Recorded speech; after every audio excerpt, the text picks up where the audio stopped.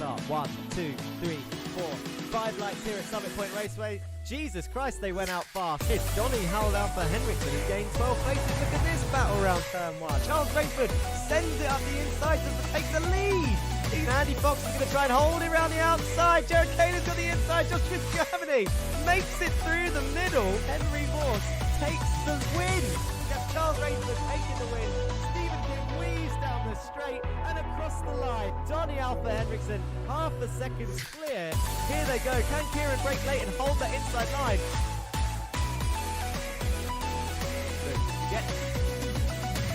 There, is he going to have the inside? He tags Ray round and there's a big crash up the front.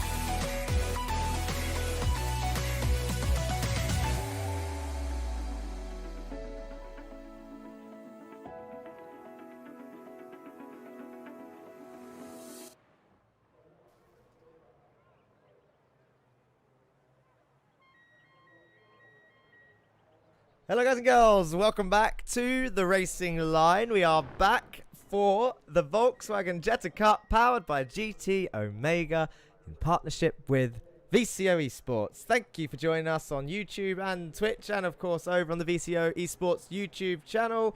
Well, hello there, Oleki in chat. I don't know if I said that right. Correct me if you need to. Pre-warning to everyone watching the stream tonight. I am feeling... Oh, do you know what I was about to say? Because feeling a little bit slow today because of whatever illness is going around in these winter months. And I know for a fact that there are drivers watching this and maybe fans thinking, you're always slow, Jack. No, we won't go there. Just I'm having a bad time racing at the moment. But I'll tell you who's not having a bad time racing is these guys. Maybe that will change after tonight, because this track, here we are, round 4, Volkswagen Jetta Cup. We are at the RedBull Ring, one of the newer circuits here on iRacing, and it is. I mean, I'm going to be honest. I love the circuit, right? I did want to do the full layout. We ended up going for the national, smaller circuit, tighter field. Volkswagen Jettas, sensitive to meatballs. Hopefully we won't see a lot of those today. I reckon we will see some drive-throughs though. The incident limit is set to 24x, and track limits are in play. I don't want to sound like Formula 1, but track limits are enforced today. They have to be, because in practice, my oh my, were we taking the... What word can we use here? The Mickey. We'll go old school. Taking the Mickey with the track limits. The Mickey Mouse. As you can see on your screen, broadcast on the Racing Line, YouTube and Twitch, VCO Esports YouTube, shout out to them. Powered by GT Omega, our sponsors, supplying the prize for the winner of the championship this season. Speaking of winners of championships, your current leader, Jake Cranston. Let's have a look at that. Oh, do you know what? The button is not there. I'll sort that out. We might have to have a look at that in the break again.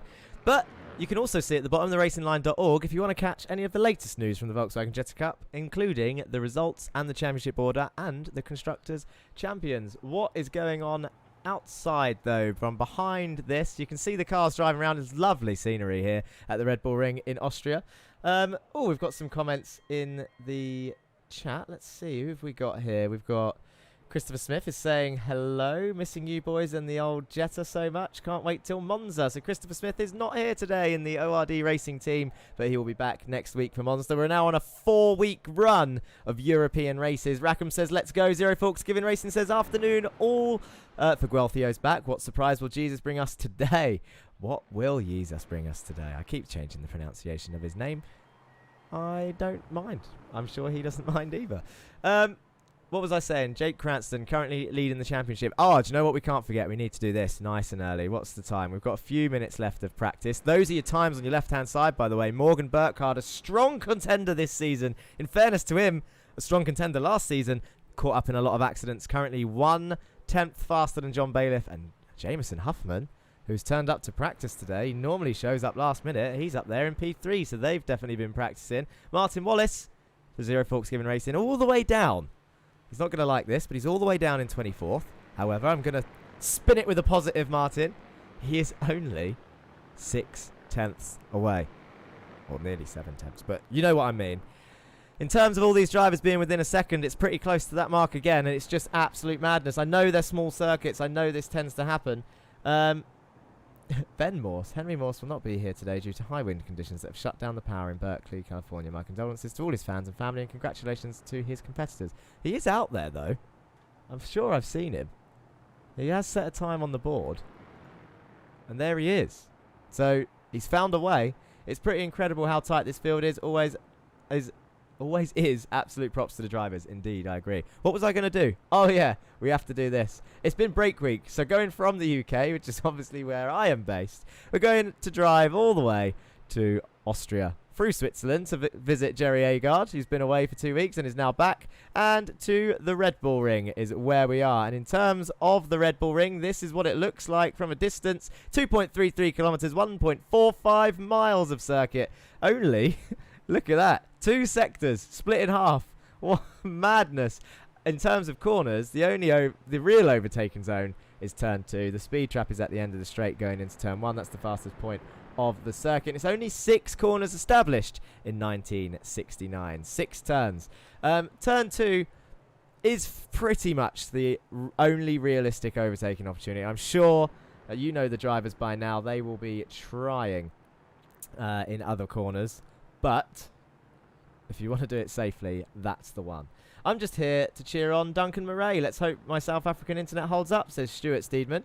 Duncan's got some fans for sure. And of course, let's not forget Driver of the Day votes are a thing towards the end of the feature race. Of course, you could just vote for your favourite driver, but at the same time, you could also vote for who you think has done the best across the round. That's what it is for. But we know that when the Driver of the Day award started in F1, it was the award for the most popular driver, and it went to Max Verstappen nearly every race, even if he didn't finish. Madness. I reckon last corner is the best pass in place. Just punt someone in the rear and overtake, says Kakula. Well. We know that that's been mentioned in the driver's briefing, so that should not be happening. Power is on and off if he vanishes, that is why. Thank you, Ben Morse. We will keep an eye on Henry, and hopefully he holds out. Let's have a look. I should have been able to sort out the drivers and the constructors stand-ins. Cool, getting my words out. Let's have a look. This is what it looks like. Come on, there we go. Jake Cranston, 166 points, 22 points ahead of Stephen King. So Stephen's going to be looking to close that gap today. Morgan Burkhardt, as I said, is up there in P3, only 4 points behind Stephen King for P2. 26 points behind Jake Cranston. It's quite close at the top. And to be fair, anywhere you look, people are fighting for positions in these stand-ins. Although, obviously, you could look at Jerry Agard, who's missed 2 rounds, by the way, in 20th place. He looks miles away from Jake, but at the same time, he's only 1 point behind Andre. He's only 2 points behind Ray. He's only 4 points behind Sam. So they are all fighting to climb that order, and they should, depending if they beat their closest rivals, gain places, which is pretty much how it should be, to be honest. Down the bottom end of the order, I should point out, actually, Jack Lewin may not be here today. After a poor race in Oran Park, he might be withdrawing from the championship, unfortunately, which is a shame because he was on for the championship, for the lead. He was right behind Jake. One bad round sometimes can affect someone. I mean, he's only down in P5, and he definitely could have closed that gap back. So we'll see if we see him return. Championship standings for the constructors. Masters of Torque, for the first time in Jetta Cup history, lead the Constructors' Championship by 20 points. Pulsars Esports have been knocked off that top spot for the first time. It would be easy to blame Henry, who wasn't there last time out in Oran Park, for a steering wheel issue. That was 2 weeks ago because we've had a break week. They should be well rested and ready to race. But realistically, Joshua Germany and Stephen King just didn't pull it together in Oran Park, really. I mean, Stephen did get a race win, actually. We can't fully blame Stephen. But Joshua Germany, I think he would safely admit that it was a nightmare round. Down under Sim Esports in P3. Massive improvement from last season when they were JP Sim Sheds. They were last with 1 driver. Now they've got 3 drivers. They find themselves in 3rd. Racing that tight 4-way battle with ORD Racing, Zero Forks Given Racing, and Win It or Bin It Racing. There's not many points between those 4 teams. And then you've got Meatball Motorsport currently being propped up by Kieran Dempsey and the Lurchers Gaming team, who actually had quite a decent round at Oran Park. It could have been better. There was a bit of a crash with users, but still quite good to get 41 points on the board after, let's say, a slow start to their season in terms of oh my god, get my words out. Tsukuba and Okayama points were not in abundance for Lurch's gaming team in those first 2 rounds. Germany all the way, says Peter Holmes Music. That's his favourite driver. Yeah, go for it. Root for Joshua Germany. We're hoping he does better today than he did last time. And who else have we got? Christopher Smith. Now it's Austria. You got this. It's Austria. I always love qualifying because it's just an absolute fest of cars. Jetta's driving around. It's only a minute long this lap. Like they're doing 59-second lap times, and it just means there's always going to be a car. They have been warned about slowing up in the final corners because that was starting to happen every round. So they are only allowed to really, if they want to move out the way, as we see Henry Morse going for a move on Austin Farr in qualifying. Austin not going quick enough for him. Yeah. Oh, do you know what? Lost what I was saying. That's going to happen a lot tonight, guys. Told you. Suffering right now, but I will do my best. I'll tell you what I want to talk about, actually. Can we get a closer look at these cars? You might notice a slightly different looking Down Under Sim Esports car. And it has to be said, a lovely looking Down Under Sim Esports car. Let's have a look on the nose. I wonder if we get a nice view of that logo. Yes, we do. And I'll tell you what, we'll stay on this view for Ray Oliver's lap. We are on board with Ray Oliver. He's currently behind Dan Thornton and Greg Otley. Looks like he's closing Dan Thornton before turn 1. That's not going to be ideal for his run through turn 1. But let's talk about this new livery because I think it's only fair that it gets a quick mention. Where am I going to find this? It would have been in a private chat. I want to get this right because it's quite an important cause. I want to talk about Mindset. They've got a new sponsor on board. Oh. There it is. He's going to... I wonder if he'll enjoy that on his stream. There's a nice picture of the RedBull whilst we wait for Ray Oliver to come back. Contact made between Ray Oliver and Dan Thornton. And now he's got Kyle Ridley, the other Down Under Sim Esports car, right behind him. You don't really want to be scrapping in qualifying. You want to move out the way and just find some space. Probably get looked at.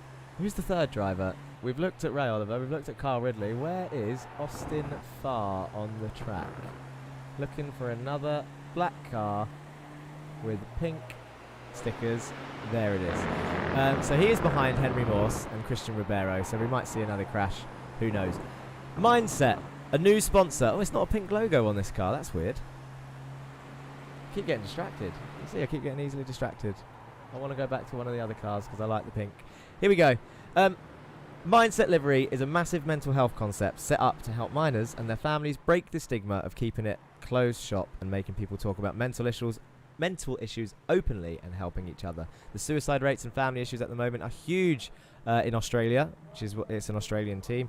But it is also to bring awareness to this in normal life. So that's why they've got a new sponsor on board on the team. And I believe the pink logos on the 2 cars are to raise awareness for cancer as well. I'm sure he said that at some point. So good causes there from the Down Under Sim Esports team. Curse of the commentator strikes again, Ray Oliver. Yeah, that happened at Oran Park. Everyone I went on board with ended up binning it. Let's see. We've got 4 minutes left. I would like to see a full lap of someone. Who's coming around the final corner? Greg Otley again. Let's go on board on his actual car and see what it looks like as he's driving round. Right over the curve, down the gears. 4th gear for turn 1. Carry as much speed as you can. Track limits on that yellow curb. If they cross all 4 wheels over, potential penalty, especially if they gain an advantage. He's taking a nice wide line into turn 2. He's going to hold it tight to the curve all the way round, feathering that throttle in 4th gear, gets it pinned, and then you want to hold it tight to this left-hand curve, and now you can straight line it and use actually quite a lot of this curve. There's no track limits in place here because there is gravel on the inside, although you can still get the iRacing 1X. If you get 24 of those, you'll get a drive-through. Now, these are the big ones. This is where people are going to take advantage all race. Move over to the left to take as much curve as you can. Get down those gears, mount that curve. That might be a 1X for Greg. You can use all the green strip on the exit there. That's where track limits is in play for myself. In terms of the iRacing track limits, it's those little white rumble curbs that will get you. Stephen King is also about to cross the line, but where is this going to put Greg Otley? It moves him up to 22nd place, so he's jumped up a bit. He's only 7 tenths off pole, and he's in 22nd place. Currently 28 drivers within a second. Martin Wallace in P28, 1.0 seconds behind. Jake Cranston currently sits on pole position with a 59.0 with Morgan Burkhardt right behind him, 10th behind him, and Stephen King get in some clean air going round. Let's go... Oh, sorry, I got distracted by Ryan Smith's comments. Why aren't you racing, Chris? Chris isn't here this weekend. I believe he's going on holiday. Let's have a different view of this from Stephen King. Let's go on Blimp Cam and see if I can show you those track limits. Just one more time whilst there's 2 minutes left of qualifying and the order is ever so tight. 3 tenths between the top 10. Madness. Well, top 14. Right, we're approaching that final corner. Look for the little white rumble strips on the exit of the corner as he comes around this first fast right-hander. So he opens up the corner on that curve. That's fine. That is also fine. The white rumble strips is the iRacing limit. The green strip completely is my limit. If people are crossing that to gain an advantage, there will be potential penalties. They've got 3 strikes throughout the race. It's the only time realistically we've had to enforce track limits because it's such an advantage here. I wonder if Stephen has gone any quicker there. Doesn't look like he's moved up. He is 2 tenths off of pole. It's actually, well, it's a 10th gap between Cranston and Burkhardt, a 10th gap between Burkhardt and King. So that's the biggest gaps on the grid in the top 3, because then behind everyone's really close. Ryan Smith is going to be one to watch. I'm sure he doesn't mind me mentioning this. I don't even know if this should be mentioned, but it is going to be mentioned because it's part of coaching for the young lad. I always get bullied for calling him that by Joshua Germany, but let's bully Joshua Germany for his driving sometimes. Look at the wide entry that Down Under Sim Esports took in turn 1. So the ORD cars are here. We've got 2 on track this week, 1 missing. That is Christopher Smith, who's in chat. Of course, supporting his favourite drivers in chat. Ryan Smith, number 66. We have a small problem with Ryan Smith, where his driving style this season has severely hindered him in terms of his results in the sprint races, meaning he is braking and accelerating at the same time, and that is costing him more fuel, and he's not getting to the end of sprint races without running out. We've coached him a little bit today. Hopefully he's not going to run out again, but it has cost him, I think in total, 12 places across the board this season so far in sprint races only. Feature races, no problem. Sprint races are the ones to watch. Let's hope he doesn't run out of fuel today. Let's have a look at this grid before we get started. Jake Cranston takes your pole position then with a 59.0, only 1 tenth ahead of Morgan Burkhardt. Stephen King, Joshua Germany, and Henry Morse. Pulsers 3, 4, 5. With John Bailiff, Dan Downing, Andre Mayerek, Alexander van der Velde, Jameson Huffman, Jared Kalo, and Kieran Dempsey rounding off your top 12. Andy Fox, Jesus Amundre, Carl Ridley, Ryan Smith, Austin Farr, Donny Henriksen, Dan Thornton, and Dan Blake round off your top 20. Sam Van Olst, Gregory Otley, Ray Oliver, Duncan Murray, Jeremy Agard, Christian Ribeiro, Ika Lequay, and Jan Weiswanger, and Martin Wallace. Oh, heading off the field, 1 second behind in 29th place. Let's see where he can gain. Can he get that all-important 20th place, their final point on the grid? That's what he's got to aim for, I guess, with that amount of cars. It's difficult to overtake. Are we ready to start? Let's get rid of that timer. We don't want to see the timer. We only want to see laps. 1 out of 15. Who are we waiting for? Someone in... It's not John. He's in 6th place. I can see him. Who's in 5th? Henry Morse. Hopefully he hasn't disconnected. Damn those tie balls on the exit of turn 2, says Christopher Smith in chat on YouTube. We've got a lot of comments coming in. It's good to see. Thank you for watching on the Racing Line YouTube and Twitch. And, of course, VCO Esports. We are ready for the sprint race of round 4. We're back after a 1-week break. 4 races in a row now every Monday night. 2, 3, 4, 5 lights. Jake Cranston on pole. And away they go. It's a good start from Stephen King. He's got a better reaction time than the front 2. What is going to happen here into turn 1? He's going to tuck in behind Morgan. Is he going to go up the inside or try and follow Jake round the outside? Morgan, I would pick Morgan personally because it looks like he's got the run up the inside of Jake Cranston, but no. Jake Cranston carries the speed through round the outside, and now they're heading towards turn 2. I can't see if there's any crashes behind. There are a few people losing places, but look how much Morgan lost. Holding the inside line into turn 1. The Pulsars cars go side by side. Dan Downing goes round the outside of Alex van der Velde and John Bailiff there in turn 3. You got Joshua Germany and Henry Morse battling out side by side there. Don't run him out, your teammates. John Bailiff has a hell of a run, and Ray Oliver is in the pits already. I wonder what has happened to him. It's only lap 1 and we can't quite see everyone as they're all filtering through. There's so many cars going on. We'll have to have a look at the replay of Ray Oliver. That's going to be a good view of some trees. We don't want to see that. Track limits, anybody? Is anyone going to cut and extend those green patches on lap 1? I'll tell you what, Fair play, boys. It looks fairly well behaved all the way down the order, apart from whatever happened to Ray Oliver. Jake Cranston leading the way. 3 tenths from Morgan Burkhardt. The slipstream so strong round here. I cannot tell you that enough. There's a big crash behind.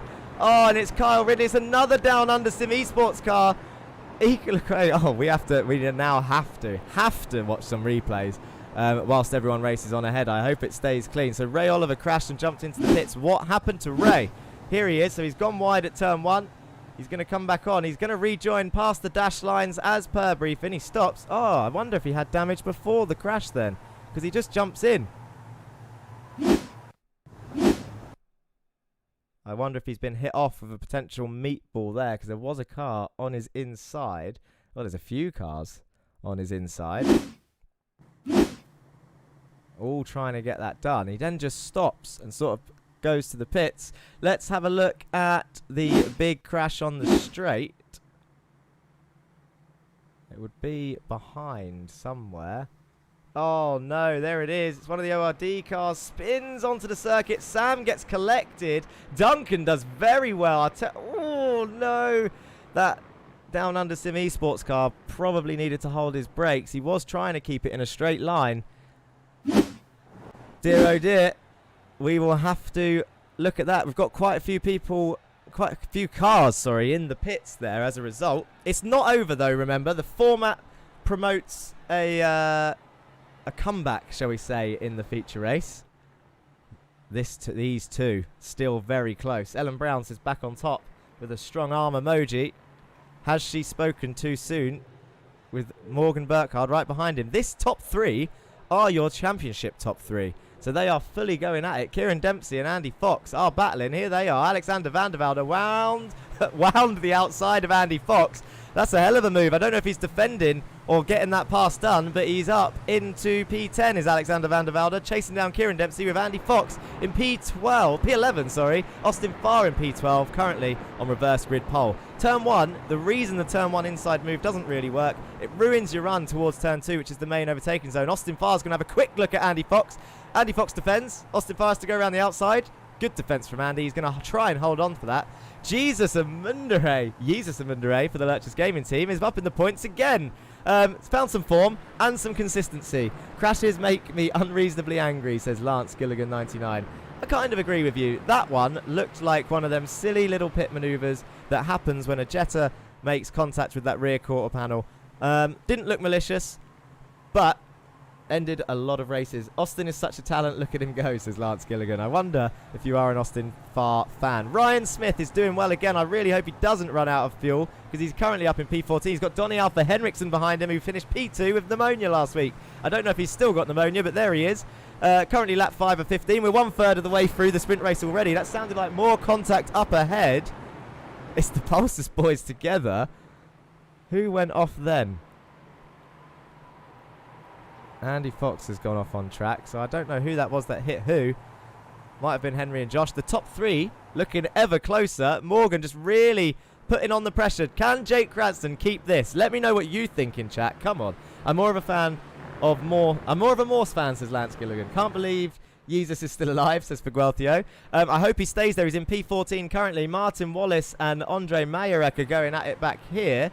Side by side through turn 3 and 4. They're chasing down Jan Weiswanger, who's currently in 21st. Can they get Greg Otley, who's holding on to that final point at the moment, in a world of his own? Greg Otley's got Christian Ribeiro up the road in 19th, so Christian's doing well.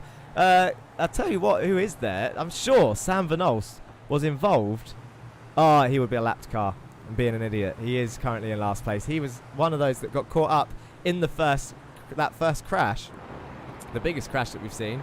Oh, Huffman's on the inside of Amundere. Let's see if Amundere can hold it. I told you about it ruining the run. Amundere's gone off, though. I wonder if he got squeezed. We'll have to look at that. That's going to be a pain to steward. Duncan Murray's going to go up the inside of both of them, is he? No, backs out of it. Smart move from Duncan there. Jesus Amundere is going to lose 2 places potentially. Duncan's going to have to try and hold it around the outside of turn 3. Can he do it? Duncan's the white South African car there. Round the outside of Jesus Amundere. He's going to get it done. What a move from Duncan Murray. And now he's got the Win It or Bin It car behind him of Dan Blake. Jesus is absolutely under pressure, and Sam Van Olst, the lapped car, will be staying out the way.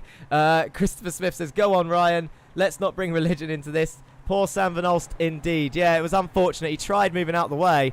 Hell of a hit as well. That one would have hurt for sure.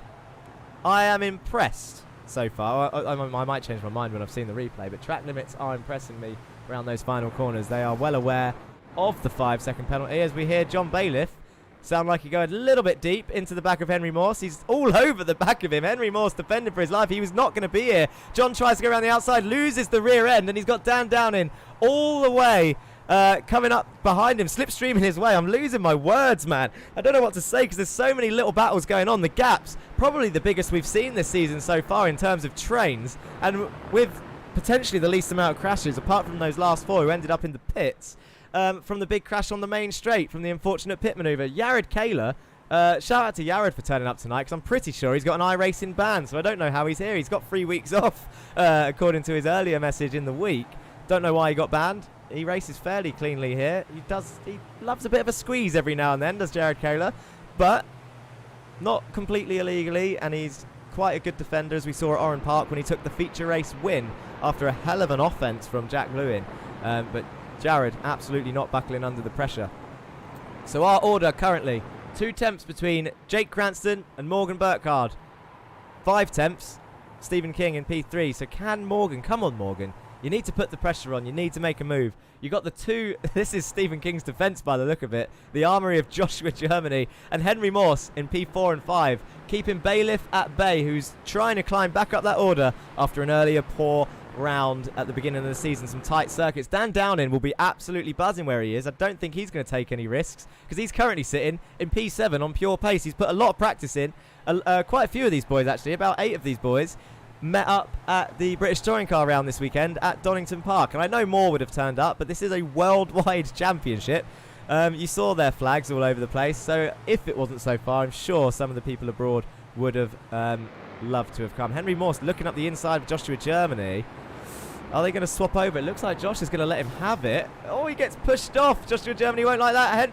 Is John Bailiff going to come through on the inside of both of them? That is stupid. Henry wanted 1 place. They're both going to potentially lose 2. Look at this. John Bailiff up the inside of Joshua Germany and Henry Morse. Henry's going to try and keep it on the inside of 3, which gives John Bailiff the inside of 4. Henry squeezes him out. Can Josh come back through? John slots him behind. Dan Downing's looking to gain advantage of this as well. He's got to run. He's going to go to the inside of John Bailiff as they come up through the hill. They're heading towards the final corner, which isn't really an overtaking zone. Dan Downing on the inside. Who's he on the inside of? Joshua Germany. John Bailiff, he's still there. Oh, this could go horribly wrong. Henry Morse extends. That'll be investigated. I wonder if that's a warning. If he's going to gain a solid advantage, it might be a penalty. It looks like he didn't gain too much, to be fair, and John Bailiff is still right behind him. Kieran Dempsey's looking to pass Jared Kayla. This is all for P9, P10. Can Kieran Dempsey, is he going to have a look up the inside? We discussed this in practice for those that turned up. T1 up the inside is just not worth it, really. It's hard to give room, and you ruin your run unless you punt the other guy off. And unfortunately, Henry Morse punted his teammate off, who's now down 2 places. Dan Downing is looking extremely feisty up in P6 now, trying to get past John Bailiff, a seasoned veteran in this car, on lap 10 out of 15. I'm trying to think who we haven't mentioned for a while. Huffman was quick in practice. He's down here chasing down, well, he's being chased down by Duncan Murray, but he's also chasing down Ryan Smith and Donnie Henriksen. These boys will know about Ryan Smith's fuel problem and might just be sitting this out, ready to gain that position towards the end. Bailiff, get off my man, says Lance Gilligan. But is Morgan Burkhardt. Go Henry. Morse is the most talented racer ever. Just one more overtake for Ryan, please. Can Ryan get that reverse grid pole? It'll be interesting, and he won't run out of fuel in the feature. Jesus Mundere is still in the points, although that's... Oh, no, that wasn't an extend. It was on the green patch. Dan Blake, Greg Otley and Christian Ribeiro for the final point. Oh, Joshua Germany, Dan. Oh, no, they're all going all sorts of free wide.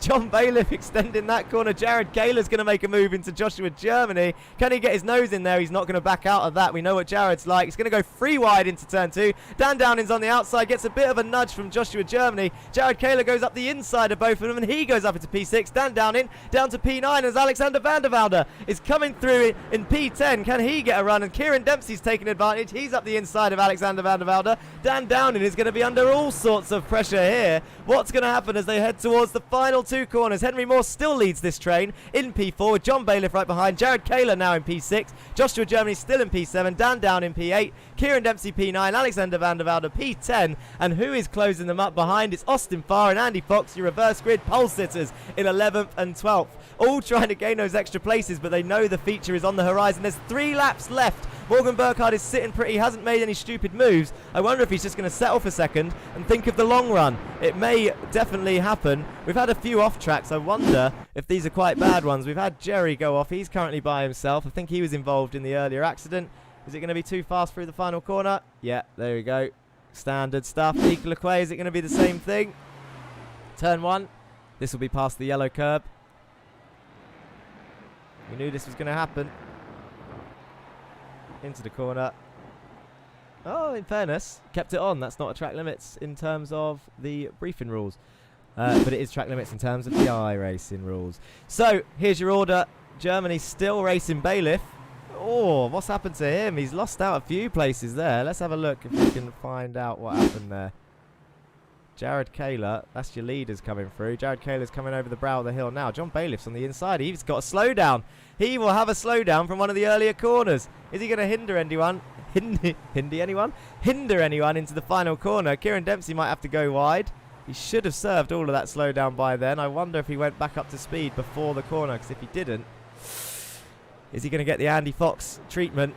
Andy Fox, the most recent, or the only one that I can remember that got a penalty for not serving a slowdown in the wrong place. So close between these drivers, still all fighting for these top positions. Big old gap to the top 3. Joshua Germany will be gutted with that punt. Dan Downing is back up into P6 after all of that kicked off with John Bailiff's slowdown. John's going to try and gain some positions back. And oh my God, what's happening here? Morgan Burkhardt goes up the inside of the final corner. He's on the inside on the run down to turn 1. He's going to need to really brake late if he wants to try this. But Stephen King's going to try and follow Jake through on the outside. This is for the lead. It's your top 3. How late can Morgan Burkhardt brake? He's going to try it. Look at that. He sends it into turn 1. He gets it. Stops. Stephen King goes up the inside. Is he going to get it done on both of them? They are 3 wide heading towards turn 2. Stephen King, absolutely genius move in terms of switchback. Can he hold the apex? Morgan Burkhardt's going to try and follow him through 2. Stephen King takes the lead of your sprint race with 1 lap to go. Lap 14 of 15. Jake Cranston holds P2. Morgan Burkhardt all over the back of him. What a move. Morgan Burkhardt really tried getting it parked. You saw the lock-up into turn 1, and Stephen King absolutely mugs them both off on the exit and just keeps it tight to the apex. Morgan's going to still want to try and get P2, and Jake's going to want to get P1 back, but he's only got 1 lap to do it. We're on lap 15. We're approaching lap 15 of 15. Keep an eye on Ryan Smith. Is that fuel issue going to happen? He tends to run out on lap 14 with this little braking thing that's happening to him. White flag. Final lap. Keep an eye on those gaps because it's going to be fairly close. That's what we should have had on this the whole time. The intervals, because they go pink and blue showing the close battles. That'll be on for the feature. Is Jake going to send it into T2? I hope not from there. Looks fairly far back. Morgan needs to try. We're going to stick with the top 3 for now. Keep an eye on the order to see if anyone else swaps places. Amazing move, says Figuelthio. He's going to be popular for that one. Come on, Henry, get third. I don't think Henry's going to get third. He has closed the gap from 5 seconds to 3, though. So he's got some paces, Henry Morse, and it looks like the wind is not affecting him too much. Jake Cranston really close behind Stephen King. He's not going to send it up the inside of that corner, surely. Stephen King's going to try and hold it round the outside. Jake Cranston does go up the inside. He tries holding it, does Stephen King. Stephen King, Jake Cranston side by side around the final corner. Stephen King gets the run. He keeps it on the green stuff. Who's going to cross the line first? They're going to go 3 wide. Stephen King holds it across the line. A sprint race win for Stephen King for the 2nd race in a row. Jake Cranston and Morgan Burkhardt cross nearly side by side, trying to take advantage. Henry Morse right behind. Jared Kaler, Dan Downing, Joshua Germany, John Bailiff, Alexander van der Velde, Austin Farr, Kieran Dempsey. And Andy Fox is on your reverse grid pole. He's going to be pleased with that. He's going to be starting first. Donnie Henriksen was nearly there. Ryan Smith did finish the race in P14. I don't know if he ran out of fuel. Can we hear it if we go on board? He's made it. Oh, no, he is kind of coughing a little bit. Nice race. What a fight. Unbelievable stuff. Oh, there he goes. Typical Ryan. Loves an in-lap, this boy. Got some donuts over there. That'll be Ryan bouncing out the wall. Unbelievable.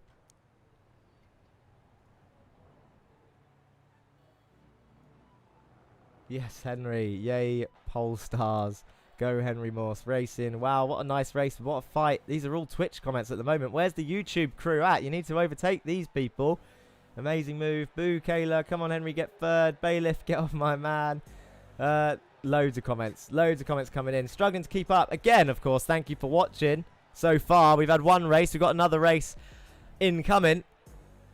In terms of format, of course, they had 45-minute practice. They had an 8-minute qualifying. They've had a 15-minute sprint race, which you've just seen in qualifying order. They're going to have a 10-minute break now, so if you need a drink, you need a toilet, off you go. Pop off, come back. I'm going to stick with you guys. And then it's the 25-minute feature with a pit stop for fuel. They don't have to change tyres, as people keep reminding me. I'm going to say this properly this time. We do not do that here. There we go. I'm not going to do it in Roadman. British Roadman speak. Henry Morse, Purple Heart, Ellen Brown, crazy scenes at the end. In fairness, Ellen, Jake had to try it, and he nearly got it done. It was brave of, I'll tell you what, so impressed with that. It was brave of him to go side by side through the final two corners, and Morgan just absolutely waiting to take advantage, as Stevie did in turn one. Mad scenes. I hope to see some clean racing in the feature race, because we know the feature race tends to get a little bit spicier for whatever reason. It is double points compared to the sprint. VW Jetta best car, says Bozy. Oh, hang on, let's get this. I'm gonna get this. Bozy da Todorov. Todorov? We'll go for that. That was on YouTube. It is a great car. They do need to fix the meatballs. If there's two things actually. Two big things I would improve on this Volkswagen Jetta. The first biggest thing that needs to change, the meatball flags. Very sensitive cars. Needs to be more like the Kia and the Audi, which can take a beating. Obviously, we're not trying to promote more contact, but some of the meatballs that we've seen affect these races have been really stingy. Just a rub, and they haven't been forced off track, and it does ruin people's races. The other thing that needs to change, it's got to be flashing headlights. They need flashing headlights on this car. Not just for sim labs, for the Bandit MX-5s that get in the way of a lot of the drivers, but for this, really, actually. It's a selfish reason. We want to see people flashing and getting in people's heads. Well, I know I do. Do you want to see that? Let me know in the comments. Let's have a look at the results. That's enough of me talking. What happened? What happened in that race? Who finished where? Let's go through the full order. You can see the points on your screen. That's how close it was. Stephen King takes your sprint race win. Jake Cranston P2, 21 points for him. Morgan Burkhardt P3. Henry Morse P4. Jared Kaler P5. Dan Downing, Joshua Germany P6 and 7. John Bailiff P8 in the end. And Alexander van der Velde in P9. Austin Farr P10. Kieran Dempsey and Andy Fox round off your top 12. And Andy Fox will be on reverse grid pole for the feature race because the top 12 get reversed. It's going to be, do you know what? I'm a little bit worried, if I'm honest, about the drivers that are currently from P1 to 8th place, because they are going to be in reverse order for this feature. They're going to be, they're just going to want every position they can have, as is racing. Donnie Henriksen P13, Ryan Smith P14 takes 7 points, Duncan Murray P15, Jameson Huffman in the end P16, Greg Otley P17, Dan Blake P18, Jesus Mundere takes 2 points for Lurch's Gaming Team, as does Christian Ribeiro, who takes 1 point in P20, the final point on the grid. So double points for Lurch's Gaming, double points for Zero Forks Giving, some points for Meatball Motorsport, double points for Masters of Torque, triple points for Win It or Bin It Racing, triple points for Pulsus, and only single points for Down Under. That would be because of the crashes at the start. 2 of them were involved in that. The non-scorers for this round, Andre Majorek, 1 place out, only 2 temps off of that 1 point. Martin Wallace, also there, 22nd Jan, Weissbanger, Jeremy Agard, Ika LeQuay, Carl Ridley, Ray Oliver, Dan Thornton and Sam Van Elst. Keep an eye on those Down Under boys in the next race. If they can keep it clean, they'll climb up that order and finish points in the feature for sure. Important points for Lurchus. They are. They're going to need every point they can get.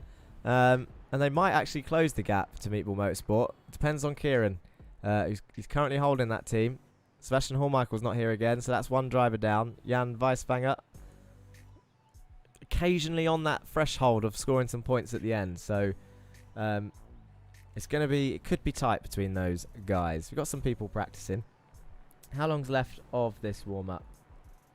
Do we have time for an interview? 4 minutes. Let's have a look. Actually, I haven't been in the Discord yet. Let's see. Who should we surprise? I'll tell you. No, we won't. I was going to bring in Josh and speak to him about his crash, but let's not do that. Let's have a quick chat with Dan. Dan Downing finished in. Oh, he's in the middle of a conversation. We've dragged him in, grabbed his hand, dragged him into the interview room. Daniel Downing. Hello. How was that? That wasn't too bad. I'm quite happy with that. Could have been better. I think one more lap I would have had Yared, but yeah, not too bad. Got a bit crazy. A lot of free wides. And I think Josh sort of tapped me, maybe during one of those, and then I just, when I got the chance, I was like, I'm having him back. So.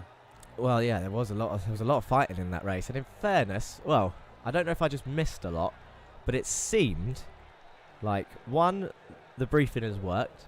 It was fairly tame. There was a lot of fighting still. Track limits seemed okay. It was very. I think the biggest what am I trying to say? The biggest group of feistiness was from P4 down to P10, which you were involved in. He was up in P6, back down to P8, and then you came back up through. You got Maxon in the chat supporting you here. Great drive by Delta. Oh yes, hello Maxon. So have that. You got some fans in chat. You might even get some driver of the day votes today. Yes, that's not myself. Wicked. Yeah, you've got to say though, you've got to be happy with some decent points. That's your best finish, right? Yeah, best finish. Yeah, I think last time was a P11 after penalties were applied. So P6 on the road. I'll absolutely take that. Yeah. Starting in the same place this time around for the feature, and I mean the guys in front, I might be able to get them. We'll see.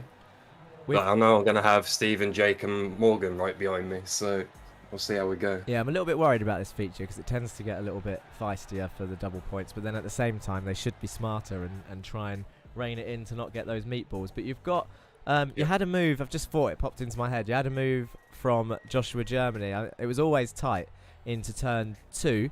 I think it was 3 wide at the time, so it wasn't completely his I think fault. Yared was there as well. But how was you in the moment? Tell us how you felt about that.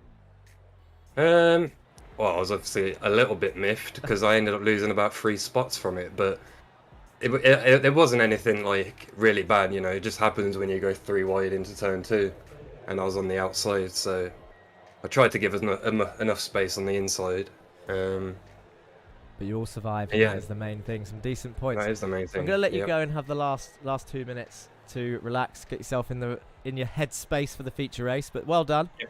Thank you very much. Good luck for the feature. Cheers, mate. Dan Downing there, pretty happy with himself, and I don't blame him. Good effort from him to finish in that area in such a tight championship. Christopher Smith has said for ORD Racing, Burkhardt should be getting a check in the post from King. That T1 move on Cranston cost him hard. Yes and no. If you think about it in terms of wins and stats, you're right. It's cost Jake hard. If you think about it in points, he's actually only lost 3 points. He went from 24 points to 21. He kept P2. They had a good battle in the final 2 corners. Definitely. I'm pleased. I'm pleased with the standards so far, and I hope everyone survives this next one. It was a shame about the big crash on the main straight. It looked fairly unfortunate, and of course will be investigated. It is time though.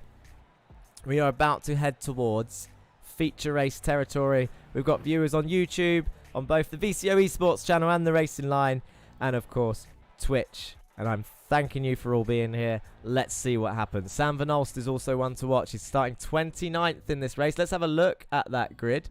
Your official grid looks like this. Andy Fox is on pole. Kieran Dempsey, Austin Farr, Alexander Van der Velde, John Bailiff and Joshua Germany. Your top 6. Dan Downing, Jared Kaler, Henry Morse, Morgan Burkhardt, Jake Cranston and Stephen King round off your top 12. Donny Henriksen, Ryan Smith, Duncan Murray, Jameson Huffman, Greg Otley, Dan Blake, Yeezus Amundre, Christian Ribeiro. Your top 20. Andre Mayerek, Martin Wallace, Jan Weiswanger, Jeremy Agard. Where was I? Ika LeQuay, Carl Ridley, Ray Oliver, Dan Thornton, and Sam Vernost. Your grid down to 29th place. That's pretty much it. Let's hide that. Let's get ready to start. They're all going to be ready. They're going to be going fairly soon. We can get rid of that timer again. We only want to see the laps. 25 laps for the feature race. Are you ready for it? I am not. I'm going to say that right now because there's so much stuff going on. How does the blimp cam look? Not very good. We'll go back to this camera. The lights are on. Feature race is about to start. Andy Fox is on pole. 5 lights are on. And away they go. It looks like a fairly even start from all of them in the top 3. John Bailiff moves across to defend from Henry Moore straight away. Joshua Germany, I think that is behind him, actually. There's so many cars. Andy Fox is going to go around the outside of turn 1, and he leads into turn 1. There's loads of swaps through this midfield. Jake Cranston looks like he's got a hell of a start there, going around the outside, as they all filter down towards turn 2. And Austin Fars looking up the inside of Kieran Dempsey for turn 2. Doesn't quite get it done. Fairly safe. All surviving. Sam Vernost is trying to get past Dan Thornton again. These two keep finding each other on track. But it is what it is as they all come through turn 3 and 4. They're starting to go single file, and that is Dan Blake battling Andre Majorek for P20. Weiswanger and Wallace back there are also fighting side by side, and the Lurchus Gaming has 2 down under Sim Esports cars. That is Ika LeQuay about to get potentially mugged into the final corner as we can't see anything. These guys all keeping it on the green stuff. No, Kieran Dempsey's way off. I wonder if he got helped there. He's trying to rejoin. It's a dangerous place to rejoin, but he's done it well. Common sense has prevailed. Duncan Murray looks like he's going for a move on Jameson Huffman. They're heading towards turn 1. It's side by side. You've got Ryan Smith going side by side with Kieran Dempsey. Remember, T1's a disadvantage. Alexander Vandervelde looks like he's got a slow down because he's on the inside, way on the inside of the corner. Kieran Dempsey round the outside of Ryan Smith. Can he get that done as they head towards turn 2? Let's have a blimp cam of this again as Alexander Vandervelde has been passed by a Masters of Torque car there. That is Cranston round the outside. Still fairly clean, you know. Impressive stuff. There's another ORD car there being... Oh, there's a bit of contact with Oliver Vernost. Oh, no, it's Ridley. Ridley down there, I think. Oh, no, Ridley's in the pits. So is Weiswanger. So there's been another crash somewhere. Let's see if we can find that. It looks like a rejoin. Oh, dear, oh, dear. Is it a final corner side by side?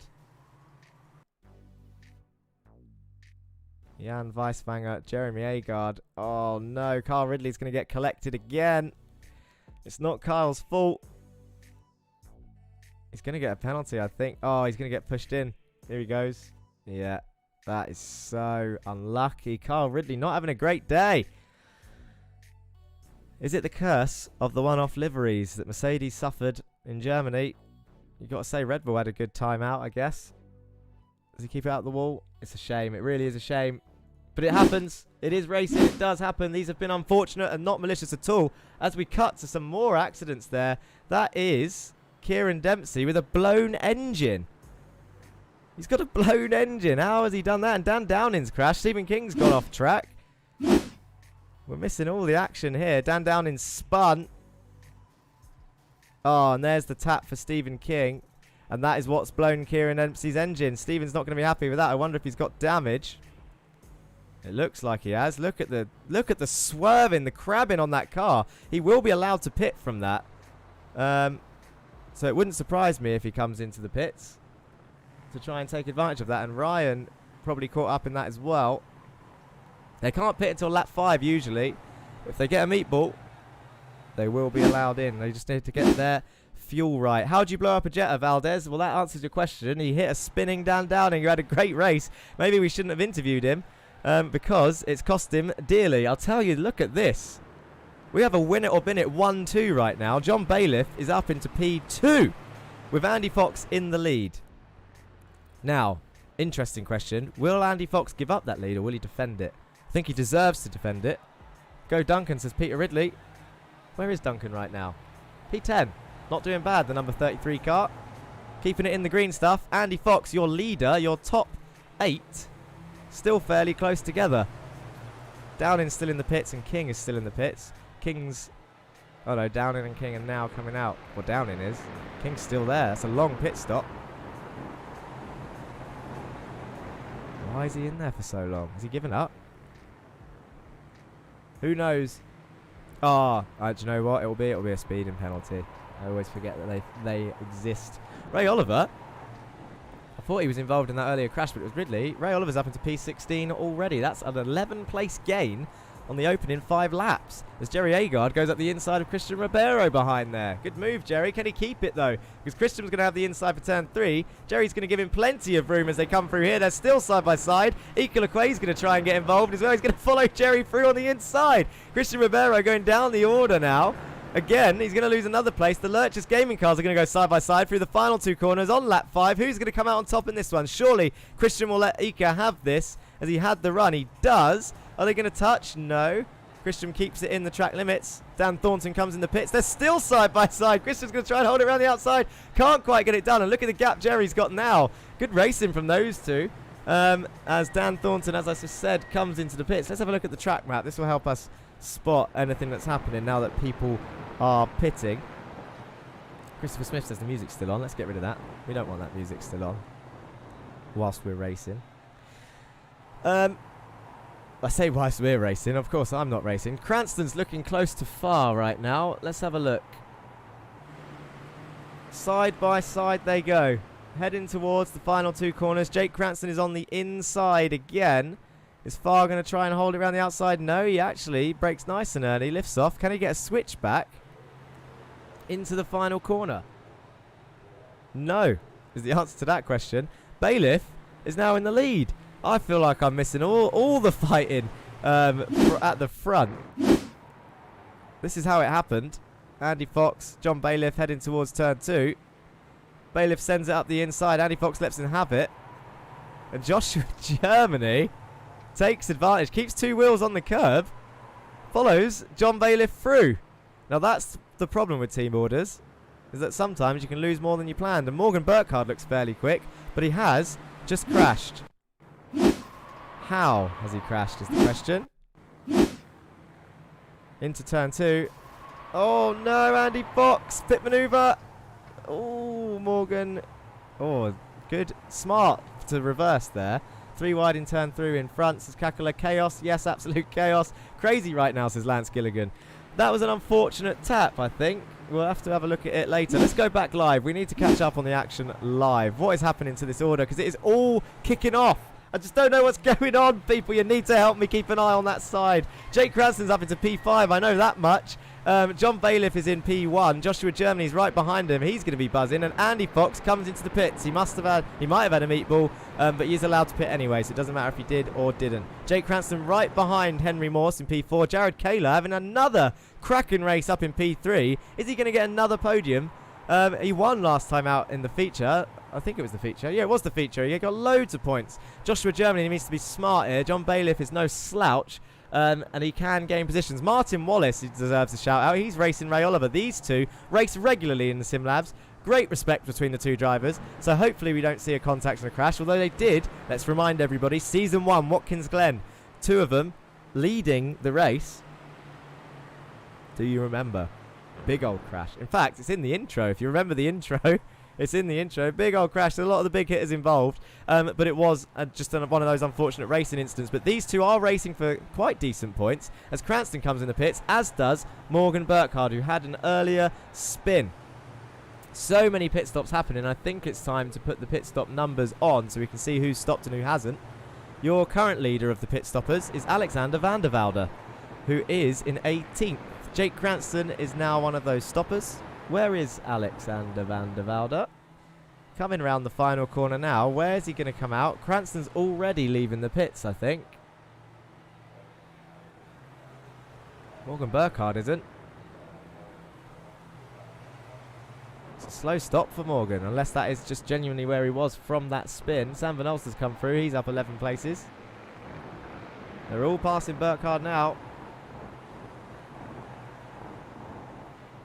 Dan Thornton's having a quiet old race. Stephen King, if he did get a speeding penalty, if that is the reason he's down here, he'll be screwing about that. There's a lot of points thrown away, potentially, as Henriksen's just gained a load of places there. Oh, it's because he's gone into the pits, and now he's going to go back down the order. So Henriksen coming in the pits. Are you calling me sus, says Lance Gilligan. Morgan picked up damage when Andy hit him, probably. Henry deserves first place. Sus, minor damage, but low load the pit stop down. Yeah, so damage can affect the pit stop slightly. But we should be watching this really, because this is still fairly close. Joshua gonna try his best. I'm gonna put it out there. John Bailiff, no easy person to pass, as Cranston is definitely leading the way of the pit stoppers now, as he's passing everyone who's come in recently. Is he going to get another feature race win, people? Duncan Murray absolutely slaying it, coming up from 15th to 6th, showing that South African drivers truly are 2 parts racers to 1 parts lemming. Fearless. Duncan Murray is having a good race. Let's see where he comes out in the stops, though. Let's remember, a lot of people have stops. Those two going side by side up ahead of Jake Cranston. That is Kyle Ridley and Dan Thornton. That was clumsy. Dan Thornton goes round. Off onto the gravel he goes. Could Kyle Ridley survive it? He has survived it by the looks of it. Jake had a great view of that. Shall we have a replay from Jake's car?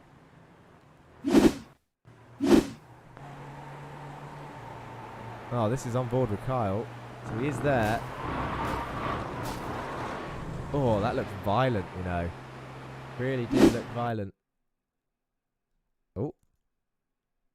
There we go. Fix yourself. That's what we wanted. This is what it looked like from Jake's car.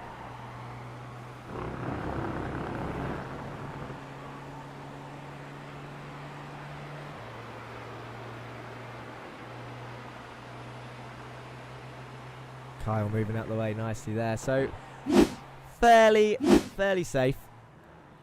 Joshua Germany, this guy, I don't know why I find it so funny. Look at the run he gets. He's going to try and make a move. He's looking to the outside. He's got the run on John Bailiff. Are we on board for an actual overtake for the lead? He's going to try and get the run. John Bailiff breaks late. Joshua Germany's going to try and get the switch back. John's going to go off track. He can't keep that position if he gains an advantage. Joshua Germany's going to go up the inside for turn 2. He has the run. They're driving towards turn 2. Is Joshua Germany going to take the genuine lead of this race? It looks like it. John Bailiff's trying to hold it around the outside, and Joshua Germany gets it done with Henry Morse right behind. John Bailiff slots into P2. They haven't stopped yet. Has this battling cost them time? Your lead pit stop driver is Jake Cranston. When are they going to come into the pits? It's lap 12 of 25. We're at the not the half hour mark, we're at the halfway point as Ezekiel Aquay comes into the pits with Greg Otley, and we've got top 5 still very close together, but they can't battle too hard as Joshua Germany takes the decision to come into the pits. Henry Morse stays out. So now that he's taken the lead, he comes in. He's going to try not to speed. Hopefully he doesn't get a bump.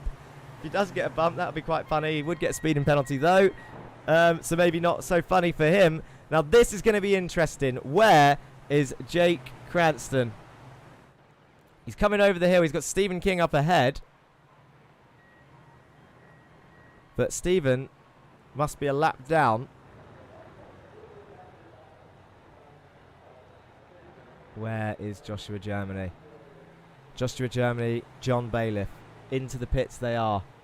They're both leaving. John Bailiff's done them all in the pits. He's going to come back out in the lead, or is he? Because Jake Cranston's coming down the main straight now. It's going to be tight. It's going to be tight. John Bailiff hitting the apex of the pit lane. There goes Jake Cranston, speedy as he is, round the outside, and he takes the net lead of this race. Jake Cranston, your feature race leader after making an earlier pit stop. John Bailiff comes out right behind, is now going to chase him down. Joshua Germany, after taking the lead in a fair fight, now down in P6, I think, after the pit stops. Interesting strategy. We'll have to see if it pays off for Morse. Indeed. Well, he's in the pits now. It's got to be said, he's going to come out in that battle, I believe.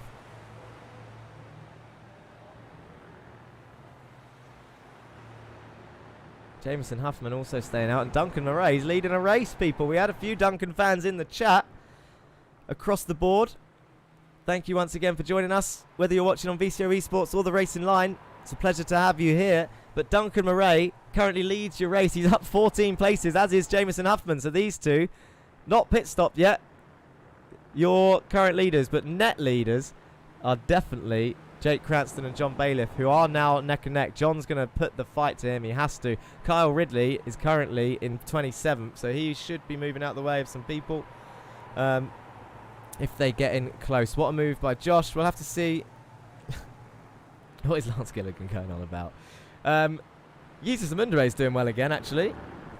He's currently got Morgan Burkhardt for company, though, and Ryan Smith up ahead of him, as there was more contact there. That's Donnie Henriksen going off. Huffman's passed Duncan Murray. Duncan must have had a slowdown. moves out the way nicely. Won't get a penalty for that. Huffman takes the lead of the race. Andre Majorek, he's in the pits, as is Ray Oliver. Wonder where they will come out. Dan Blake stayed out as well. Should be a shout out to Dan Blake with the green mirrors, win it or bin it car. P3 currently for him. Majorek and Oliver tumbling down the order as they come out the pits. Not too far. They should still be in the points. John Bailiff still putting on that pressure for Jake Cranston on the lead. Oh, just about keeps his wheels on the yellow curb there. A little bit dodgy. Doesn't gain an advantage from it. Henry Morse is currently in P3 for someone who wasn't going to show up. I'm sure he's glad he's here now. People passing all over the place. Burkhardt has passed Oliver. It's 3 wide as they head down this straight into turn 2. Andre Majorek on the inside and Mundere in the middle. Morgan Burkhardt on the outside. He's not going to be able to keep it there if it's 3 wide. The Down Under Sim Esports car staying out the way. And Ryan Smith leading this train nicely. Morgan Burkhardt up the inside of Jesus and Mundere as they head towards the final corner. Duncan Murray is now in the pits. Is he going to hold the inside in towards the final 2 corners? Ray Oliver's right behind this for a fight as well. In the black liveried Mindset car, Donny Henriksen's watching this from afar. Morgan Burkhardt sends it up the inside of the final corner. Side by side for Jesus and Morgan, giving each other room, fairly spaced out. And Jesus actually tucks in quite nicely in between the 2 cars. Clean stuff. Murray's coming out the pits now, so we're going to see where he comes out. Let's have a look at the pit stop strategies, actually. We do like putting this up every now and then. This is what it looks like. Loads of Germany's pitted twice and is down in P24. Did not spot that. Sure he wouldn't have wanted that mentioned, but there it is. Only 2 people haven't pit yet. It's lap 16. Risky stuff. I think this is a run out of fuel lap. Huffman does come in though. As should Dan Blake. I don't think they can make it an extra lap. Sam Van Alstad is in the pits again. Just goes from bad to worse for some of these boys.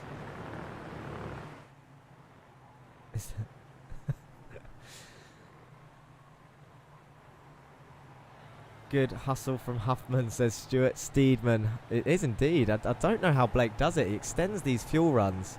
And I don't know if it's of a benefit, though. I don't know if it benefits him. Still looking at Morgan Burkhardt in the Zero Forks Given Racing car. Chasing down Andre Majorek and Ryan Smith in P10 and 11. So some decent points, but you are right about Huffman. He's up there in P8 after the stops. P9 as he comes out the pits. He's got Duncan Murray for company. So these two getting some decent points on the board. They've kept it clean. Obviously, we'll look at the results after the race. I should say that there might be a different order. As we mentioned, track limits are enforced this weekend, or week, it's Monday. And anyone that's been caught extending those final 2 corners for advantages and turn 1 could potentially get 5 seconds. So the whole results afterwards in terms of points might be completely different. We've got a few accidents to look at. There was a couple in the sprint. There's definitely a couple in this one. But it's got to be said, this is your lead battle. They're driving past Dan Blake already. He's only just stopped. Henry Morse is looking to pass Bailiff around the outside of turn 1. Can he get it done for P2? Doesn't look like he's alongside, to be honest. Jake Cranston, a good performance. John Bailiff over that yellow curb again. Can Henry get it up the inside there? Not quite. John moves across. John needs to think about this. I'm not being biased to Henry. Not being biased to Henry, but I am saying that John Bailiff needs to think about this because he cannot let Jake get away. Jake is your championship leader. You should be fighting the orange car. Everyone should be fighting the orange car. Isn't that right, Ellen, if you're out there? Germany will bring himself back up, says Peter Holmes Music. It's unfortunate, Peter. It's got to be said. I don't know why he stopped twice, as has Van Alst, but he's down there and he's probably staying there. Can he get points? Who knows? But that's 2 feature races where he's lost a lot. Nice clean racing tonight, says Christopher Smith. I think so, but I don't know if that's just what I'm catching. And I've missed all of the chaos, which we normally find out. Whoa, Morgan Burkhardt and Majorek go side by side in the final corner. Ray Oliver's going to take advantage of that. Can he keep that on the inside? Ray Oliver, number 99, Down Under Sim Esports. Andre Majorek, the independent driver, number 44. Double barrels all the way, 44, 99, side by side into turn 1. Can Majorek keep it around the outside? Ray Oliver up the inside. He needs to get a good run on the exit, but he can't run him off. He does run him off. Can Majorek keep it there? He needs to give him room. Jesus Mundere might take advantage of all of this. He's currently in P12. We don't want Jesus to ruin it. Oh, he nearly has a look at Ray. They're still side by side. There's more contact between the two of them. Ray's going to try and hold it on the inside. It's feisty stuff from Ray. Majorek does keep it. And Jesus Amundere is going to go around the outside of 3 into turn 4, and Donnie Henriksen's going to come through as well. I hope that's not a meatball for Andre. Ray does often find himself on the receiving end of some sort. I mean, he's a feisty racer, is Ray, in a good way, but sometimes he does find himself in that penalty room. Jesus Amundere, I have to say, come on, Lurchus. For Guelthio, Aldolphitus, I can never remember that name without seeing it on my screen. He deserves some props here. He's in P12 and he's racing brilliantly. The number 19, Morgan Burkhardt, he's pulled a massive gap already. He's got Ryan Smith up the road. Can he chase down that gap?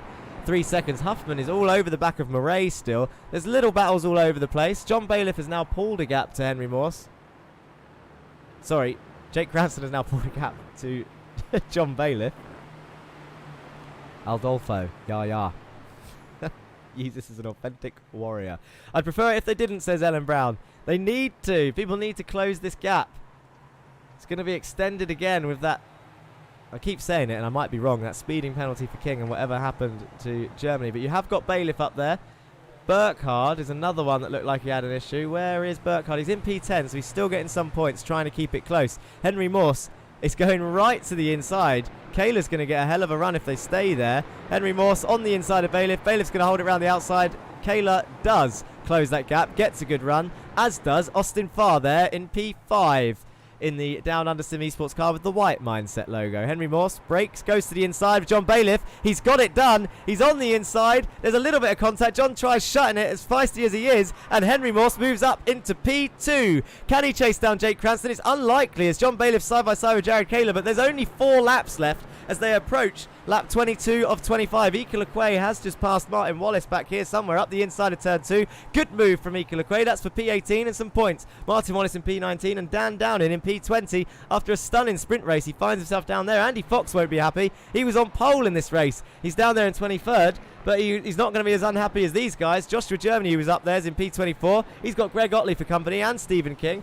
All out of the points. Kyle Ridley, Dan Thornton and Jan Weiswanger also down here. But they're getting a good view of Ika Lequay and Martin Wallace going side by side into the final 2 corners. Martin Wallace is going to retake it on the inside of the final corner. And Ika Lequay holds it around the outside. Jan Weiswanger is going to try and get involved. Hopefully not too much, as he is a lap down. He doesn't want to get in the way of this. 22 holding the pack up, says Stealth Snip 3 Rad. He was holding the pack up and he's given Jake a bit of a lead, 2 seconds at the moment. But he was defending for a P2 and he is still in the championship, so he's entitled to do that. As Jan Weiswanger looks around the outside of Martin Wallace, Dan Downing's going to get involved as well. This will be full position. I hope Jan doesn't get too involved in this fight, as he is a blue flagged car. Yeah, he does move nicely out of the way. Dan Downing now chasing Martin Wallace for P19. Ika Lequay, look at the gap he's got now. Up at the road on his return back after 2 weeks off. He's got Jerry Agard, the number 13 car, in 17th place, chasing down Dan Blake, no slouch, in P16. Kieran Dempsey is up the road in P15. He's down 13 places. Andre Mayerek's actually gained 7 up here in P14, so he's having an okay feature race. I don't think he could be too disappointed. As Donnie Henriksen is chasing down Jesus Amundere in P12, who is also up 7 places. Your biggest gainer so far, though, is Ray Oliver, up 16 places. He started right near the back, and here he is getting some points. I told you there'd be one to watch. King is going to tow Morse bye-bye. Is he, though? Is that what's happening? Oh, it might be. Maybe they've planned it. I don't know if it'll be enough. 1.9 the gap now. There's not enough laps, really. Jake Cranston is there in P1, 1.9 seconds up the road. I mean, he has pulled him away from Bailiff, though, who is battling these two still. Jared Kayla up the inside of the penultimate corner. Austin Farr's going to want to get involved. He's got Kyle Ridley behind. Jared Kayla on the inside. John Bailiff on the outside. This is for P3. Your final spot on the podium. Jared Kayla's still there. Breaks later than John. Into the final corner, and there's contact made. John goes round and off. Can Austin Farr gain both of the positions as Jared comes through and cuts across? John won't be happy with that. He's defended for his life so far for that podium, and now he's down in P5 with another down under car behind him, but that is a lapped down under car. Alexander van der Velde can see all this kicking off ahead. Jared Kayla now up into P3 with a potential penalty coming his way. John might have a penalty for track extensions. Austin Farr hasn't been noted anything yet, but probably currently a clean record. I've just assumed that. I could be deadly wrong. Lap 24 of 25, 1.7 seconds between the lead two. They are trying. It looks unlikely. It looks pretty wrapped up, but these two are definitely still, these three are still going to be fighting for positions. There's one lap to go after this. There's still a few battles out there. Joshua Germany and Greg Otley are still battling down there in 24th place. You've got Agard chasing down Blake. Can he gain that position? This is for P16 and 17. You've got Henriksen making a move on a Mundere up there. It looks like he's going to lose that place, is Jesus, or can he hold it around the outside of the next two corners? You've got 4 cars, 2x2 into the final 2 corners. Is this going to end in tears? Ray Oliver, the head of this train. Jesus Mundere sends it around the outside. Oh, it's a track extension, so he won't be able to keep that position. He needs to let him have that back. Doesn't extend the next run as Andre and Kieran go side by side. Jesus hasn't taken the position from Donny, so he can now carry on racing and hold it around the outside of Kieran as they battle side by side. You've got Dan Blake and Jerry Agar getting involved now. It's a 5-way fight. We're on the final lap, and this is all for P12. Jesus Mundere around the outside of Kieran. He's going to hold it on track. Surely he does. Great driving from Jesus Mundere and Kieran. There's a bit of contact. Hopefully not a meatball. If it is, he can make it to the end anyway. Andre Mayorek's going to try and keep it around the outside. Dan Blake's using Slipstream to get away from Jerry. Jerry's just watching, hoping that someone crashes, but the big winner out of all of that, Donny Alpha Henriksen up into P11, and he's driving away.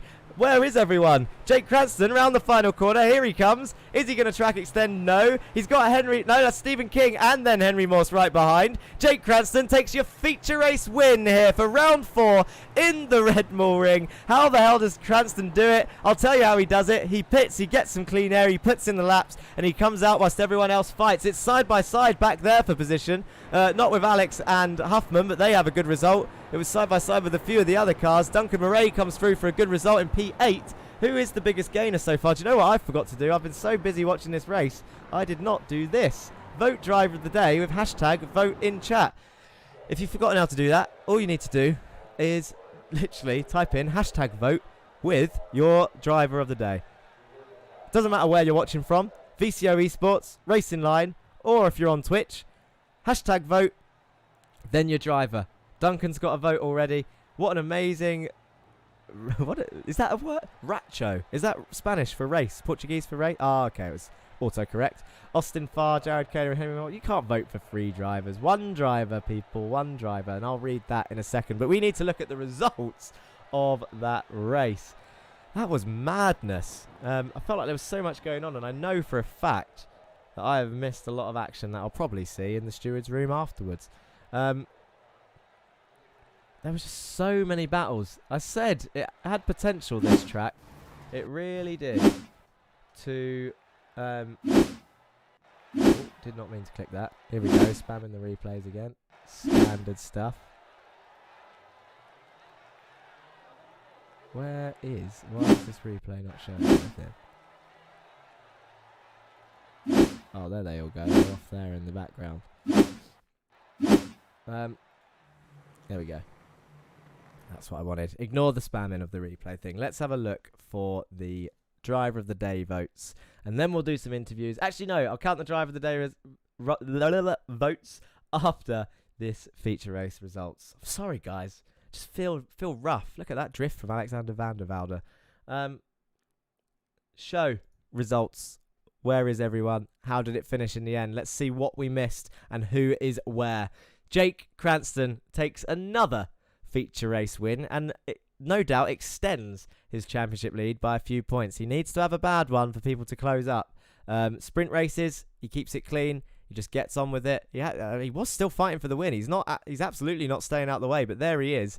48 points for him. Henry Morse comes home in P2 at the end. When 10 minutes before the race started, he was like, I'm not going to make it. The wind is too much in the area. And here he is. Is it a double podium for Henry? It might not be a double podium, but he was up there in both races for sure. Look at all the Americans loving the RedBull ring. It's 2, 3, and 4 for the American drivers. Henry Morse, Jared Kaler, and Austin Farr. All 3 of them good friends, by the way, should be said. So I wonder if Henry's actually joined the team chat with the Pulsus boys, or if he's stayed with Jared and Austin, who've had a cracking race. Jared, an independent driver, but Austin Farr for Down Under Sim Esports, giving him 34 points. John Bailiff comes home in P5 in the end after a little bit of a rough and ready race. You then have Alexander van der Velde, P6, so he should be happy with that. Just a nice, consistent, quiet race. Might gain from penalties, who knows? Jameson Huffman, P7. So that is, it's got to be said for Jameson, that could be a showing of what happens when you practice a little bit. Jameson has a tight schedule, you see. And he basically has been turning up literally just before qualifying starts. He normally ends up at the back of the grid, and this time he was there at the beginning of practice, and now look at him, a P7 in the feature and 28 points. Good stuff. Duncan Murray, P8, he'll be happy with that. Morgan Burkhardt may be disappointed with the feature result, but still, he's keeping it close up there and likely past Stephen King as well. Ryan Smith, P10. Not a bad week for him, actually, Ryan Smith. 13 years old, and there he is in P10, and he managed to finish the sprint without running out of fuel, just about. Donny Henriksen, P11, 20 points. Jesus Amundere, do you know what? Come on. Normally, I'd do this in a room and I'd hear some claps, but no matter where you're watching from, can you just put some clapping emojis in the chat? I'm not favouritising Jesus Amundere here, but he's had a cracking round. He hasn't got involved in too many incidents. There he is in P12 with 18 points. He'll be happy with that. We thought it was just Oran Park that Jesus Amundere could drive. Turns out he can drive anywhere he wants to if he thinks about it. Kieran Dempsey, P13. He'll be a little bit disappointed with that, I reckon. He's got pace everywhere as that lad. The Irish boy, the only Irishman on the grid. You then have, and of course, some more points for Meatball Motorsport from Kieran. Good. Andre Majorek, P14, slowly climbing the championship order. Dan Blake, P15 for Win It or Bin It Racing. That is 2-point scorers for them. Jeremy Agard, P16, 10 points. Zeke Lequay, Dan Downing, Christian Ribeiro, and Ray Oliver round off the field. So Ray Oliver ended up taking those last 2 points. Did something happen to him at the end? Have I forgotten what happened? He still gained 7 positions, but I'm sure he was one of the highest gainers before that. You'll have to remind me. I think it was contacts in the final 2 corners, if I remember correctly. Let's have a look at the rest then. Your non-scorers for the feature race are Sam Van Olst, just on the cusp, 1 second behind of those final 2 points. Andy Fox started on pole, down in 22nd place. Joshua Germany, Greg Otley, Martin Wallace, Stephen King, Carl Ridley, Dan Thornton, and Jan Weiswanger down there in 29th place. Oh my God. Where's my... Let me have a look for my water. Sure I had one. I had one somewhere around here. You don't mind waiting, I'm sure. You've all been here enough. You've been here a long time.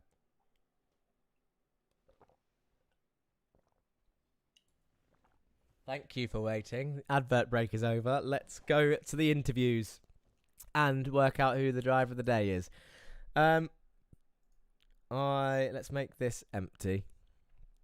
We'll pick a driver who's in chat. Let me read through these comments first and catch up. What have I missed? I need to scroll right up. There's been a lot.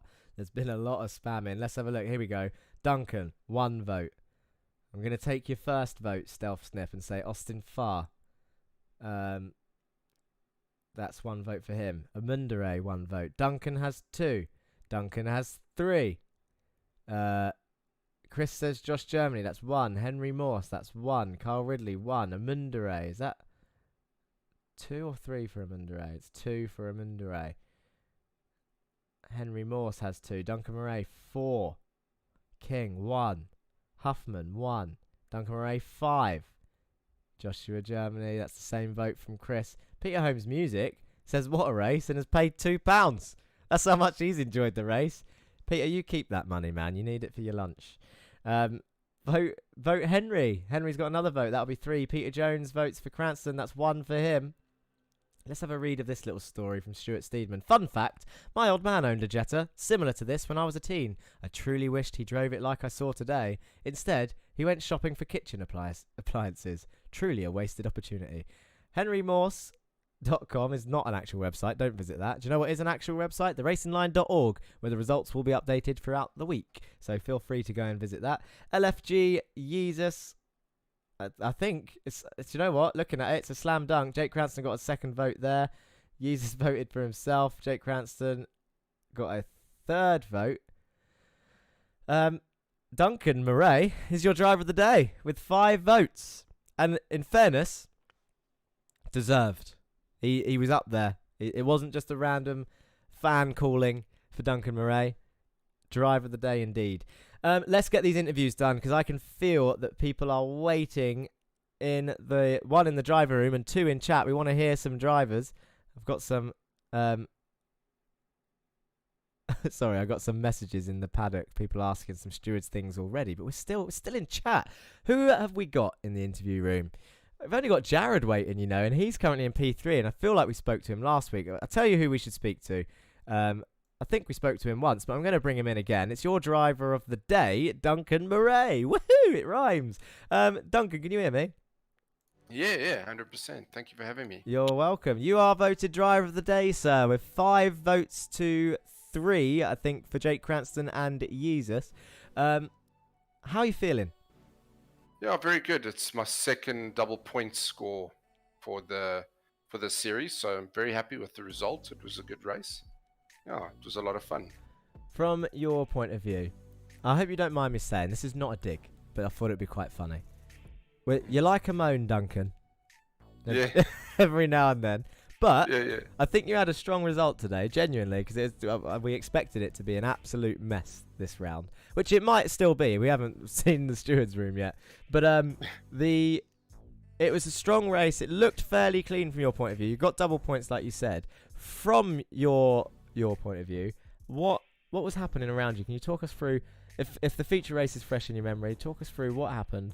How did you get to where you were, and how did you take advantage of other people? You gained 7 places to finish P8, so it must have been fairly feisty. There was a lot of contact from other cars, but I think just trying to stay out of trouble was the main goal, really, and trying to keep that pace up, keep those lap times going. It was very difficult, but we managed to do it. We ran a strategy. I think I ran out of fuel on the line. When I hit the start and finish line, it started spluttering. So we got the fuel just right as well. So it was a good pit stop as well, and it paid off.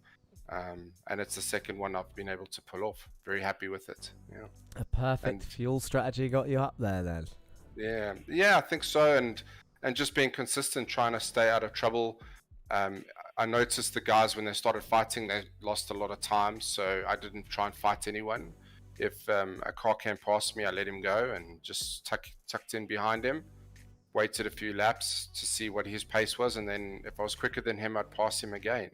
I think I did that to Donny. I wanted him to pull us to the train that was in front, the leaders, and asked him if we could work together to get to the front, but he didn't respond to me, and he started slowing up a bit. So I ended up diving down past him, and yeah, it definitely helped that as well, not staying stuck behind him. Oh, fair enough. Well, congratulations on your driver of the day vote. I don't think it was, as we say, like how do we say, like the Max Verstappen effect, where you were voted because you have the most fans. I think genuinely, people were impressed with your driving today. You definitely gained places in both races. So well done. Good to speak to you. Thank you very much. Is this your first time in the interview room, or have we spoke to you before? You spoke to me once before the season started, I think. Oh, yeah, media day. Well, I'm going to pass you back to the other guys. Is there anyone, before I let you go, though, that you want to say thank you or hello to? Yeah, I'd like to thank my wife for allowing me to do all of this, because without her, this wouldn't be possible, and she's definitely a good sport for letting me play computer games the wee hours in the morning. Yeah. Well, I'm sure she'll appreciate it. Thank you for that, Duncan. We'll speak to you soon. Cool. Thanks, man. Put him back in the driver's room. It's got to be done. He's a nice lad, Duncan. Let's bring in this how can we say, familiar voice to the steward's room. We've spoken to him before once or twice. This unknown driver. It is. Oh, you may have just heard him there. Don't interrupt me. You said steward's room. What am I in trouble for, sir? Not steward's room, sorry. Interview room. We're in the green room. It's Jake Cranston, your championship leader, probably extended after a result like that. How are you feeling? Yeah, pretty good. I put in some practice on my own before to just try and get the hang of it, because I haven't really driven it before. I had to buy it for the season here, so I gotta take that, haven't I? You have, yeah. I mean, it was in my head that I've got a fond memory of the sprint race, because it was really tight between that top 3, and it was some genuine good racing and tight. It wasn't relaxed racing from the look of it out here in the fan club out here watching the Jetta Cup. It looked fairly feisty. Morgan trying to move on the inside of turn 1. Obviously had to try and brake as late. We've all practiced that move, or most of us practiced that move in the practice on Thursday, and it never really pulled off because the person on the outside gets the run. But he tried braking as late as he couldn't quite get it stopped, locked up. You went to get the switchback, but then Stevie got a switchback on both of you as a result. And then I didn't think you would do it. I didn't think you would take the risk, but you sent it up the inside of the final 2 corners for a great side-by-side battle to the line. Yeah. I had to try it because Morgan got the run on me, so it was sort of like a defense for Morgan. I had to go on the inside of Steven, and yeah, I wasn't sure what was going to happen, to be honest, as we have a history, but we won't go into that. So I played it a bit safe. There was a little bit of door banging, but it was all good, and we came out the other side, which is the most important thing. I'm sure you could say, like, I'm not sure what happened to him actually in the end because he was further down the order. But as much as he was in, I'm saying was because I have a feeling Morgan's there now, but he was in second place. He was your championship rival last season. If he can have a strong result somewhere else, it's looking like he might be again this season. Does it disappoint you, or that he finished so far down today and potentially lost points, or is it just, are you just happy with that and willing to move on? Basically, do you want the challenge more, or are you happy to just kind of cruise? It makes it easier for me going forward because I can be safer with my moves and stuff. Like if I lose a place or two, it doesn't matter as much. But yeah, I'm sort of, because last season I was ahead before, so I kind of know how to play it now. Well, we've got, where are we now? We're round 4, 6 rounds to go. With some fairly interesting tracks coming up. I thought this would be one of the worst. I think from our point of view, it actually ended up looking all right. I haven't seen the steward's room yet, so I might just be assuming. But 2 good races from you. Is there anyone you want to say thank you and hello to before I let you go? And of course, well done. Oh, thank you. Yeah, hello Ellen in the other room. Thank you for supporting me again. I nearly forgot you last time, so here you go. You're up first. Say hi to my dad, who's watching now as well, and my mum. Who else is watching? Dave and Ali. Thank you for supporting me, and see you again soon. Thank you very much, Jake. We'll speak to you soon. Bye. Bye. I'm not avoiding Jared. I'm just very aware that I think we spoke to him last week after a cracking race. He is still sat in the interview racing room. We've got time for one more interview. I'm just looking who's still around that I want to speak to that might be different from Jared. I think it's looking like it will be Jared. So don't go anywhere. Who had another good race? Jameson Huffman was up 9 places. Jake Cranston gained 10. Jerry Agard gained 8. I'll tell you what, actually, where Jerry's normally hanging around. Is he in there? Let's have a look. Looks like he might have gone. That's unlike Jerry. He loves sitting around and chatting. But he's had 2 weeks off, so it would be interesting to see his point of view. Let's speak to Jared. We've got to bring him in. Here he is. It's Jared Kaler. He finished P3 in the end. Maybe, you might not know this, he might be under investigation for some contacts, but who knows? Jared, though, we're not going to put a dampener on it because you've had another strong round. How are you feeling? Pretty good. I'm not sure what contacts you're looking at, but the only one I can remember that might be and it wasn't replayed, so it might just be fine. But I think it was. It would have been the battle with John Bailiff actually in P3, in terms of forcing him off the track. But it could be either way. It wasn't like an obvious, Jared's done an awful. Oh yeah, I mean we worked that out, like we talked about it and everything. So we're both of us are good on that point. Perfect. But so let's not worry about that though, because besides that, you've had another strong round in both races. Tell us about it. Tell us from your point of view. How was it for you? Yeah, I'm honestly surprised I was able to make up so much ground in the final race. I kind of thought starting back in 8th and 9th for the future is going to be a bit difficult trying to work my way up through the pack. But fortunately, I was able to, and even in the heat race, I was able to make up quite a few spots.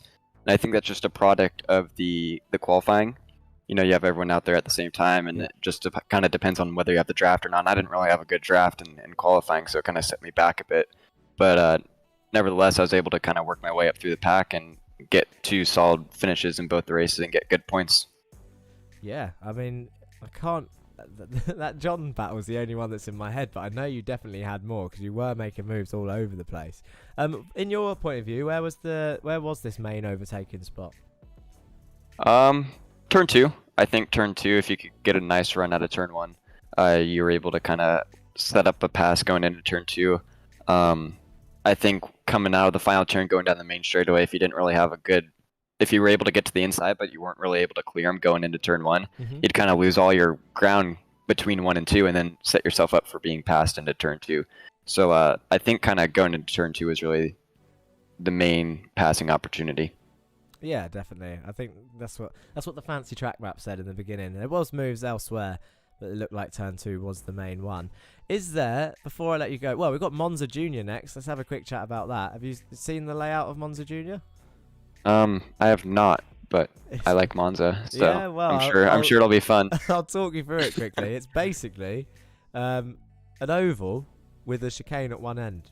That's basically what it is. It does a little wiggle at one end, does the parabolica at the other. It's going to be... Well, I think it's going to be... I don't know how strong the slipstream is. Has potential to be the best round of the season. My background is oval racing, so, I mean... Yeah, if it's an oval, I'll be looking forward to that one. Hang on, your background in oval racing is also getting banned. Yeah, we're not gonna talk about my 3-week ban that I'm on right now. But no, I didn't think. I was worried that you weren't gonna be here. So is the ban only in officials? Is it on another account? Yeah, it's only for official stuff. So I can still do leagues and host it and practice and whatever, but can't do any official stuff till late October. Oh, well, there you go. Hopefully that doesn't happen for this. We'll leave it there. Is there anyone you want to say thank you to? Hello to say thanks for you for putting it on. As always, it's a blast, and want to give a shout out to Beer Nuts for coming on board for this race and hopefully the rest of the season. And I hope to give him some good results. Of course. Well, you've given yourself some good results so far, so maybe a new sponsor will move you a little bit further up. Thank you very much, Jared. We'll speak to you soon. Thank you. Have a good one. We'll put him back in the driver's room. That is, as they say, that is that. Still some people hanging around, so thank you for waiting till the end across all 3 channels: Twitch, YouTube, VCO Esports, of course. It's been round 4. Next week we're at Monza Junior. Same time, Monday, around 8:15 really is when I went live just to check those issues that we had in the first 3 rounds, because they are stressful. When I click go live and it doesn't go live, very worrying, because I know how many people enjoy this. There we go, that's English. Can't say it enough. Thank you for supporting us far. We're approaching 3,200 subscribers on the channel. It was good to catch up with some people at the British Touring Cars this weekend, and hopefully we can organise an event like that again and maybe put it on the channel where loads of us can go down. Who knows, maybe a Grand Prix is in order. But that is pretty much it. That's all we have time for. Don't forget to keep those likes and comments coming in and hit that subscribe button if you haven't already. And if I don't see you on chat this week, I'll see you next week for the next video here on the Racing Line. Peace.